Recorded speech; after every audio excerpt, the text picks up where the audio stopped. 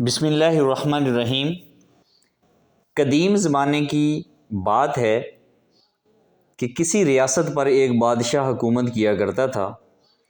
وہ بادشاہ ایک اچھا اور نیک دل انسان تھا، لیکن زیادہ سمجھدار نہیں تھا۔ اس لیے وہ ہمیشہ ہوشیار اور عقل مند لوگوں کی تلاش میں رہتا تھا تاکہ اس کی رعایا بہتر ہو، ملک ترقی کرے اور دشمنوں کو اپنے تابع کر سکے۔ بادشاہ کو اپنی موجودہ رعایا سے کوئی خاص فائدہ محسوس نہیں ہوتا تھا۔ وہ لوگ صرف مشورے دیتے تھے اور اس کے بدلے میں تنخواہیں لیتے تھے، مگر ان کے مشوروں میں وہ اثر نہیں ہوتا جو بادشاہ چاہتا تھا۔ یہ سوچ اکثر اسے بے چین رکھتی تھی۔ ایک دن بادشاہ نے اسی الجھن سے نجات پانے کے لیے اپنے درباریوں سے کہا کہ جنگل کی سیر کے لیے نکلتے ہیں، شاید قدرت ہی اسے کسی حل تک لے جائے۔ بادشاہ جب جنگل پہنچا اور خوب شکار کر لیا اور تفریح کے بعد وہ واپس لوٹنے لگا تو اس نے دیکھا کہ راستے میں ایک عجیب منظر ہے کہ ایک شخص بڑے درخت کے نیچے بیٹھا تھا اور خود سے باتیں کیے جا رہا، جو دور سے پاگل اور عجیب سا لگ رہا تھا۔ یہ دیکھ کر بادشاہ رک گیا۔ ان کے دل میں خیال آیا کہ یا تو یہ شخص پاگل ہے یا پھر غیر معمولی عقل کا مالک ہے جو اپنی ہی دنیا میں کھویا ہوا ہے۔ تجسس کے مارے بادشاہ اپنے درباریوں کے ساتھ اس شخص کے قریب پہنچا اور اس سے بات چیت شروع کی۔ وہ بندہ بظاہر تو تھوڑا سا پاگل لگ رہا تھا، لیکن اس کی باتوں میں عجیب کشش تھی۔ بادشاہ نے نرمی سے پوچھا، اے نوجوان، کیا تم پاگل ہو جو خود سے باتیں کر رہے ہو؟ یہ پاگل بادشاہ کی پوری سلطنت بچائے گا کسی کو اس بات کا اندازہ بھی نہیں تھا۔ لہٰذا پاگل بندے نے مسکرا کر جواب دیا، پاگل تو تم ہو اور تمہاری ساری رعایا پاگل ہے۔ میں تو بالکل ٹھیک ہوں۔ میں بس یہ چاہتا ہوں کہ اس جنگل کو کاٹ کر یہاں شاندار محل تعمیر کیا جائے اور ان محلوں کا بادشاہ میں خود بنوں۔ اس کی بات میں عجیب اعتماد تھا۔ یہ بات کسی عام دیوانے کے بس کی بات نہیں لگتی تھی۔ بادشاہ درباری کے جواب پر حیران رہ گئے، کیونکہ ایسے جملے یا تو پاگل کے ہوتے ہیں یا پھر کسی ایسے شخص کے جو دلیر ہو اور غیر معمولی ذہانت کا مالک ہو۔ بادشاہ کچھ دیر خاموشی سے اسے دیکھتا رہا، پھر اسے درباریوں سے اس شخص کے بارے میں مشورہ کیا تو ان کے اندر چھپے ہوئے لالچ نے فوراً سر اٹھا لیا۔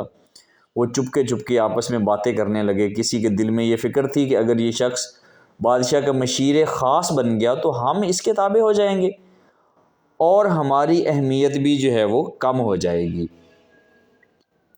آہستہ آہستہ ایک درباری نے کہا، یہ خطرہ ہے کہیں ایسا نہ ہو کہ ہم سب پر قابو پا لیا جائے، کہ یہ شخص ہم سب پر قابو پا لے۔ دوسرے نے فوراً کہا، نہیں، یہ تو آدھے سے زیادہ پاگل ہے، عقل مندی کی تو اس سے بالکل امید نہیں رکھنی چاہیے، لہٰذا بادشاہ کو کہنا چاہیے کہ اسے اپنے ساتھ لے جائے۔ درباریوں کو ماننا تھا کہ یہ شخص ہمارا کیا بگاڑ لے گا، لیکن خدا کو کچھ اور ہی منظور تھا۔ آخر کار درباریوں نے بادشاہ کو یہ مشورہ دیا کہ محل میں لے جائیں، اگر بہادر نکلا تو کام آئے گا، اگر واقعی پاگل ہوا تو بعد میں اسے چھوڑ دیں گے۔ بادشاہ نے درباریوں کی رائے پر وہ عمل شروع کیا۔ شروع میں بسم اللہ کہا اور تھوڑا زور لگا کر اس آدمی کو اپنے ساتھ چلنے پر وہ راضی کر لیا، مگر راستے میں اچانک اس نے گھوڑے کا رخ بدل دیا اور بھاگنے کی کوشش کی۔ بادشاہ اور اس کے درباری فوراً اس کے پیچھے پڑ گئے زور لگاتے ہوئے اور وہ اسے دوبارہ قابو میں لے آئے، یعنی کہ اس کو بھاگنے سے روک لیا انہوں نے، ٹھیک ہے، اور اپنے محل کی طرف وہ روانہ ہو گئے۔ جیسے ہی وہ محل میں پہنچے، حیرت کی بات یہ تھی کہ وہاں لوگوں کا ہجوم جمع تھا۔ سب خوشی کے نعروں سے گونج رہے تھے اور بادشاہ کو مبارکباد دے رہے تھے۔ بادشاہ اور اس کے درباری یہ دیکھ کر حیران رہ گئے، پوچھنے لگے، یہ کس بات کی مبارکباد ہے؟ کیا ہوا ہے؟ لوگوں نے بتایا، بادشاہ سلامت، جس راستے سے آپ شکار کے لیے گئے تھے وہاں دشمن کی بھاری فوج چھپ کر بیٹھی تھی۔ زبردست ہتھیاروں کے ساتھ۔ ہمیں تو یقین ہی ہو گیا تھا کہ آپ کبھی واپس نہیں آئیں گے۔ یہ سن کر سب کی آنکھوں میں حیرت ہوئی۔ شکر اور فکر کا جو ہے وہ جذبات جو ہے وہ نظر آنے لگے۔ لوگوں نے پھر خوشی سے کہا بادشاہ سلامت، آپ تو بہت ہوشیار نکلے، آپ نے راستہ بدل لیا۔ بادشاہ نے خاموشی سے اس پاگل شخص کی طرف دیکھا اور دل ہی دل میں سوچا یہ شخص واقعی معمولی نہیں ہے، کچھ خاص بات ہے اس میں۔ پھر اس نے درباریوں کی طرف متوجہ ہو کر حکم دیا کہ جلدی کرو، اس شخص کے لیے بہترین کرسی تیار کرو، آج سے یہ میرے ساتھ رہے گا۔ درباری جو پہلے ڈرے ہوئے تھے فوراً بولے بادشاہ سلامت، یہ بندہ تو پاگل ہے، ایسا نہ ہو کہ آپ کو نقصان پہنچا دے، آپ کے ساتھ تو ہمارے جیسے عقل مند لوگوں کا ہونا چاہیے۔ مگر بادشاہ نے ان کی بات کو رد کرتے ہوئے سنجیدگی سے کہا نہیں، یہ بندہ تم سے سب سے زیادہ ذہین ہے، چپ چاپ رہ کر ہمیں خطرناک دشمن سے بچایا، یہی زیادہ ذہین لوگوں کی پہچان ہوتی ہے۔ اگر یہ نہ ہوتا تو تم میں سے کسی کو بھی خبر نہ ہوتی کہ راستے میں دشمن گھاڑ لگا کر بیٹھا ہے، ٹھیک ہے، ہو سکتا ہے کہ ہم زندہ ہی نہ آتے۔ یہی ہوشیاری کی بدولت۔ یہ سن کر پاگل مسکرایا اور فخر سے بادشاہ کی پہلو میں رکھی کرسی پر بیٹھ گیا۔ مگر اس لمحے سے محل میں ایک نیا تنازع جنم لیتا ہے کہ درباری جو صدیوں سے نسل در نسل کرسیوں پر بیٹھتے آئے تھے، کسی طرح یہ برداشت نہ کر سکے کہ یہ پاگل آج آیا ہے اور آج ہی کرسی پر بیٹھ گیا ہے۔ وہ دل ہی دل میں جلنے لگے اور اس شخص کے خلاف سازشوں کا جال جو ہے وہ بنانے لگے، لیکن جسے اللہ تعالیٰ عزت عطا کرے اسے دنیا کی کوئی طاقت نہیں گرا سکتی، اس کی عزت کو ختم نہیں کر سکتی۔ عزت اور ذلت کا اختیار صرف اور صرف اللہ تعالیٰ کے ہاتھ میں ہے، ٹھیک ہے۔ یہ کہانی سن کر آپ کا اللہ کی قدرت پر یقین اور بھی مضبوط ہو جائے گا۔ اللہ بادشاہ کو فقیر بنا سکتا ہے اور پاگل کو بادشاہ بنا سکتا ہے۔ جب وہ کسی کو بلند کرنا چاہے تو دنیا کی ساری سازشیں جو ہے وہ ناکام ہو جاتی ہیں۔ درباریوں کی سازشیں، ان کے حسد اور مخالفت پاگل کو کیسے عزت دے سکتی ہیں؟ آئیے جانتے ہیں۔ ایک دن جب محل میں دربار سج رہا تھا، رعایا کے چند افراد آگے بڑھے اور اس شخص کے پاس پہنچے جسے سب پاگل کہتے تھے۔ ادب سے بولے بھائی صاحب، آپ سلامت رہیں، ہم آپ سے کچھ ضروری بات کرنا چاہتے ہیں۔ رعایا سے بات کرتے ہوئے، ارے بھائی، آپ کو ہمارے بادشاہ کے اصولوں اور درباری آداب کا کچھ پتہ نہیں ہے۔ جو اس کے مشیر اور وزیر تھے وہ اس کو کہہ رہے ہیں کہ آپ کو تو درباری اصولوں کا پتہ ہی نہیں ہے۔ ہم آپ کو بتانا چاہتے ہیں کہ آپ کسی غلط فہمی میں کوئی ایسا قدم نہ اٹھا دیں جس کی وجہ سے آپ کو سزا بھگتنی پڑے۔ پاگل نے حیرت سے کہا کیا مطلب مجھے سزا ملے گی؟ میں نے تو کبھی کہا ہی نہیں تھا کہ مجھے یہاں محل میں لایا جائے، یہ کیا مصیبت ہے، مجھے واپس لے چلو۔ یہ بات سنتے ہی رعایا کے چہرے پر ہلکی سی خوشی کی لہر دوڑ گئی، کیونکہ وہ تو چاہتے تھے کہ یہ شخص واپس چلا جائے۔ انہیں لگا کہ ان کی چال جو ہے وہ کامیاب ہو گئی ہے، لیکن بادشاہ کے خوف سے اسے ڈرا کر محل سے نکال نہیں سکتے تھے، بلکہ نرمی سے بات منوانے کی کوشش کرتے ہوئے بولا بھائی صاحب، آپ کو اندازہ نہیں ہے کہ اگر آپ ہماری بات مان لیں تو آپ کو کیا کچھ مل سکتا ہے۔ پاگل جو سزا کے لفظ سے ہی ڈر گیا تھا فوراً گھبرا کر بولا ٹھیک ہے، بتاؤ کیا کرنا ہے۔ موقع دیکھ کر ایک مشیر جو خود بادشاہ کا قریبی مشیر تھا اور جس کی کرسی اب اس پاگل کے قبضے میں تھی، آگے بڑھا اور معقولی سے بولا کہ ہمارے دربار کی روایت ہے کہ دربار کا آغاز تبھی ہوتا ہے جب کوئی شخص بادشاہ کو تھپڑ مارتا ہے، ٹھیک ہے، جس سے تھپڑ مارنے سے سارا کا سارا دربار جاگ جائے۔ پاگل جو عقل سے بالکل محروم تھا فوراً کہا ارے یہ تو کوئی بڑی بات نہیں ہے، میں بادشاہ کو لات بھی مار سکتا ہوں۔ رعایا نے اس کی حماقت پر ہنسی اور خوشی سے مزید اکسایا تاکہ یہ بادشاہ کے سامنے ایسی حرکت کرے۔ جب بادشاہ تخت پر بیٹھے تو تم جا کر اس کی گردن پر زوردار تھپڑ مار دینا، وہ سارے اس کو کہہ رہے ہیں۔ پھر دیکھ رہے ہیں بادشاہ اتنا خوش ہوگا کہ تمہیں سارے انعامات سے نوازا جائے گا۔ پاگل نے بھول کر بات مان لی۔ جب اگلے دن دربار لگا، بادشاہ تخت پر جلوہ گر ہوا تو پاگل بہت سادگی سے آگے بڑھا اور ایک زوردار تھپڑ بادشاہ کی گردن پر مارا، اور اس زور سے جتنی زور سے اس نے تھپڑ مارا تھا، بادشاہ کا تاج جو اس نے پہنا ہوا تھا وہ اس سے دور جا کر گر گیا۔ لیکن جیسے ہی تاج زمین سے ٹکرایا تو اس کے نیچے سے ایک خطرناک بچھو نکل آیا۔ بادشاہ فوراً چونک کر کھڑا ہو گیا اور اسے سمجھنے میں دیر نہ لگی کہ اگر وہ تاج سر پر رکھ لیتا تو بچھو اسے کاٹ لیتا۔ شکر گزاری سے بھرے دل کے ساتھ بادشاہ نے پاگل کو سینے سے لگایا۔ بادشاہ نے پاگل کو سینے سے لگاتے ہوئے خوشی سے کہا، میرے عزیز، یہ صرف ایک شخص ہے جو مجھ سے سچی محبت کرتا ہے۔ اگر یہ مجھے تھپڑ نہ مارتا تو آج شاید میرا آخری دن ہوتا۔ بادشاہ کے حکم پر پاگل کے لیے ایک شاندار دعوت کا انتظام وہ کیا گیا، اور ساتھ ہی اسے ایک خوبصورت محل بھی اشارے میں اس کے جو انعام تھا اس کے طور پر دیا گیا۔ رعایا جو پہلے ہی اس سے حسد میں مبتلا تھی اب اور بھی پریشان ہو گئی۔ ان کے دلوں میں خوف بیٹھ گیا کہ اگر یوں ہی سلسلہ چلتا رہا تو یہ پاگل ان سب کی کرسیوں کا وارث بن جائے گا۔ چنانچہ وہ آپس میں سرگوشیاں کرنے لگے، آپس میں وہ باتیں کرنے لگے، یار یہ بندہ تو بہت تیزی سے اوپر جا رہا ہے، کچھ کرنا پڑے گا ورنہ ہماری سب عزتیں، رتبے، سارا کچھ وہ ختم ہو جائے گا۔ دوسری طرف وہ آدھا پاگل دل ہی دل میں سوچ رہا تھا کہ یہ رعایا تو واقعی بڑے سچے اور ہمدرد لوگ ہیں، دیکھو کتنا زبردست مشورہ انہوں نے مانگا اور میں نے دے دیا۔ خوشی خوشی اس نے دل میں یہ فیصلہ کر لیا کہ اب جو بھی لوگ کہیں گے وہی میں مانوں گا۔ اگلے دن رعایا دوبارہ مشورہ کر کے اس پاگل کے پاس وہ پہنچی۔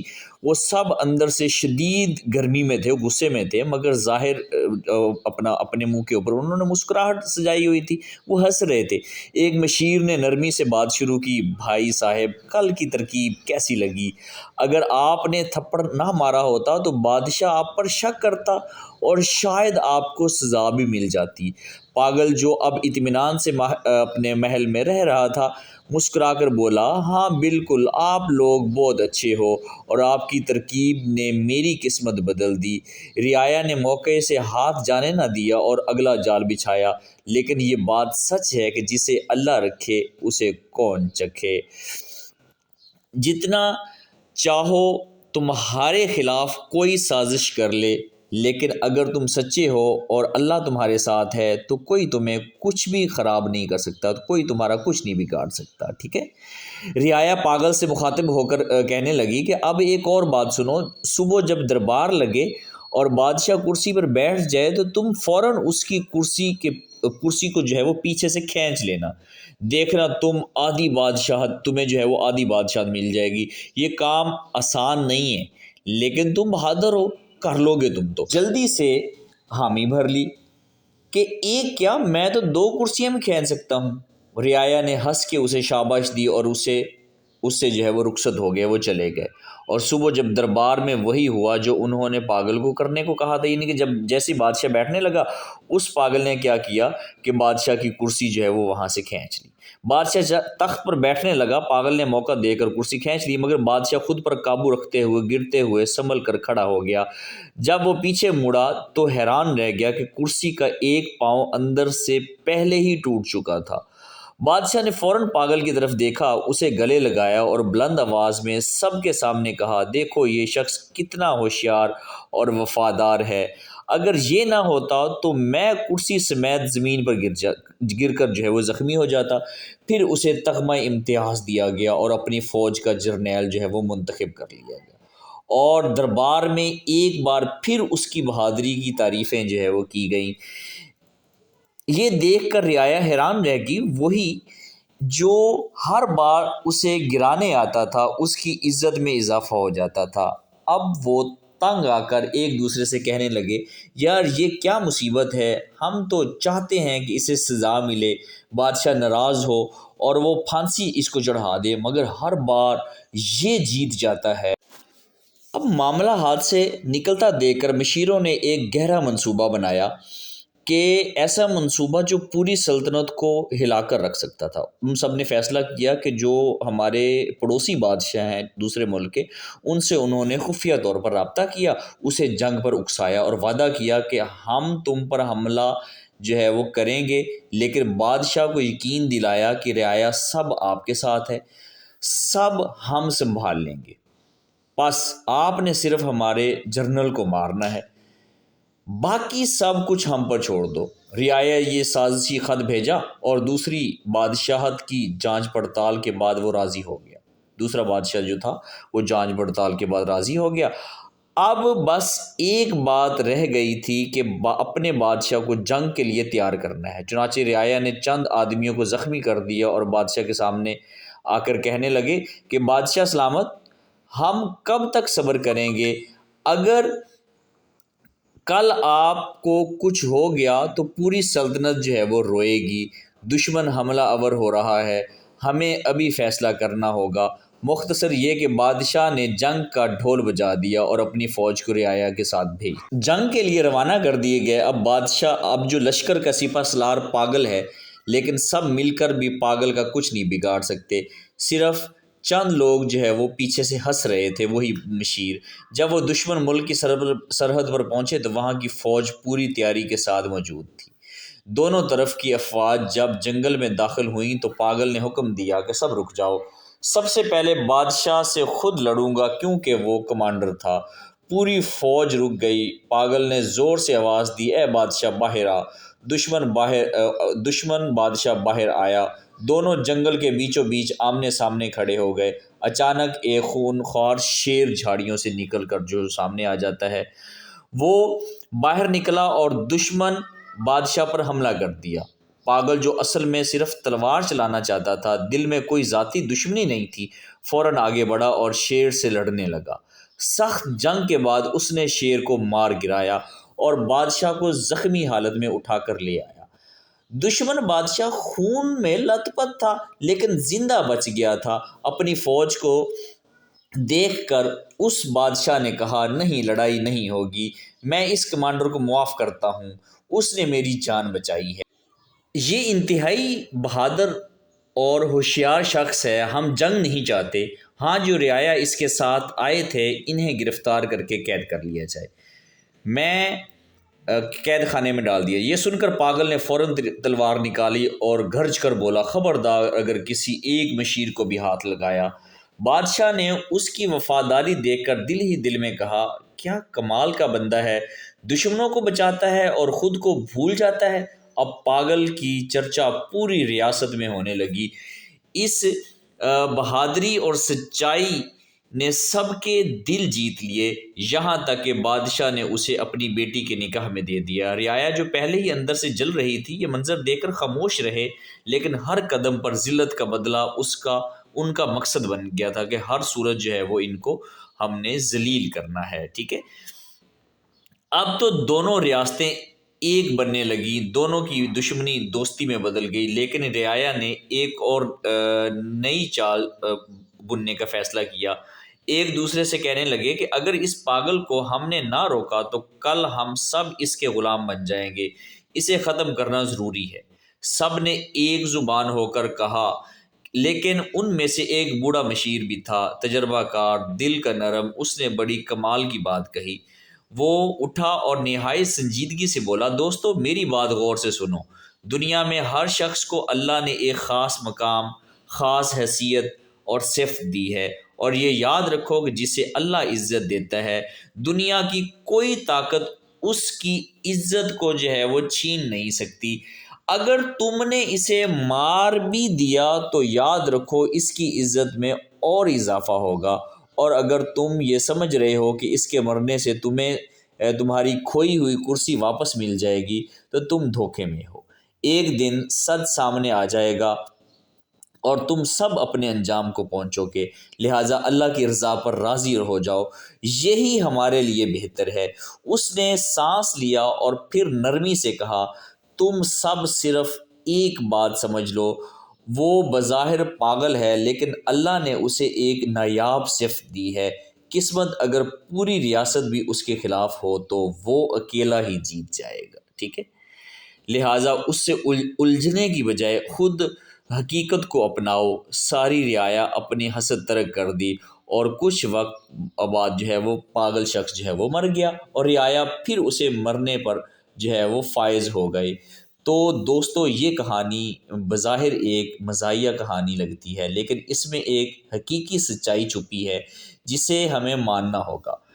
وہ یہ ہے کہ حقیقت، قسمت اور اللہ کا کرم، ہمیں بھی کبھی کسی سے حسد نہیں کرنا چاہیے، کیونکہ اگر کوئی کسی عہدے یا مرتبے پر فائز ہے اور کامیاب ہوا ہے تو وہ ان کی محنت کا صلہ ہے۔ ہو سکتا ہے اس کی اچھی قسمت ہو سکتی ہے یا اس میں ایسی خوبیاں ہو سکتی ہیں جس کی وجہ سے اللہ نے اسے وہ عزت دی ہو۔ کوشش کرو کہ وہ خوبیاں اپناؤ، محنت کرو، سچائی اختیار کرو، شاید تمہیں بھی وہی عزت ملے، لیکن حسد مت کرو۔ تاریخ اس بات کی گواہ ہے کہ منافق لوگ اور حسد کرنے والے کبھی کامیاب نہیں ہوتے، ہمیشہ میدان سچے لوگوں کا ہی ہوتا ہے۔ مجھے امید ہے کہ تم لوگوں نے اس کہانی سے بہت کچھ سیکھا ہوگا۔ دعا میں یاد رکھیے گا۔ اللہ حافظ۔